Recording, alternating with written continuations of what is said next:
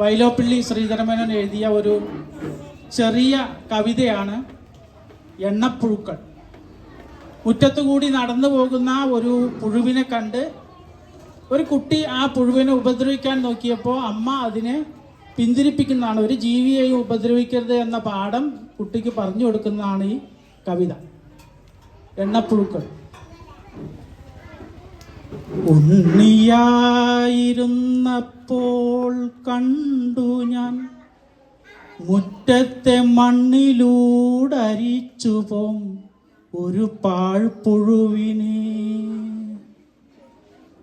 ഉണ്ണിയായിരുന്നപ്പോൾ കണ്ടു ഞാൻ മുറ്റത്തെ മണ്ണിലൂടരിച്ചു പോം ഒരു പാഴ്പുഴുവിനെ.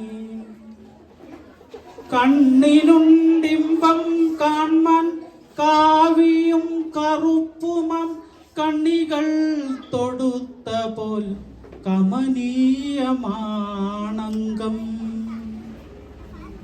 അപ്പൂ നീ ദ്രോഹിക്കരുത് അമ്മ ചൊല്ലിനാൾ, ചിറ്റൂരപ്പനാടുവാൻ എണ്ണ കൊണ്ടുപോം പുഴുവല്ലോ.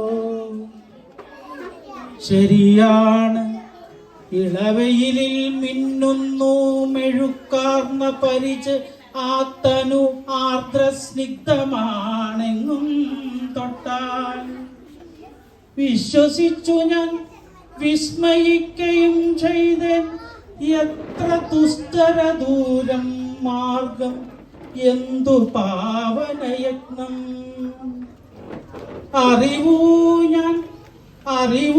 ഞാൻ ഇന്ന് ഏതോ നിസ്സാര ശലഭ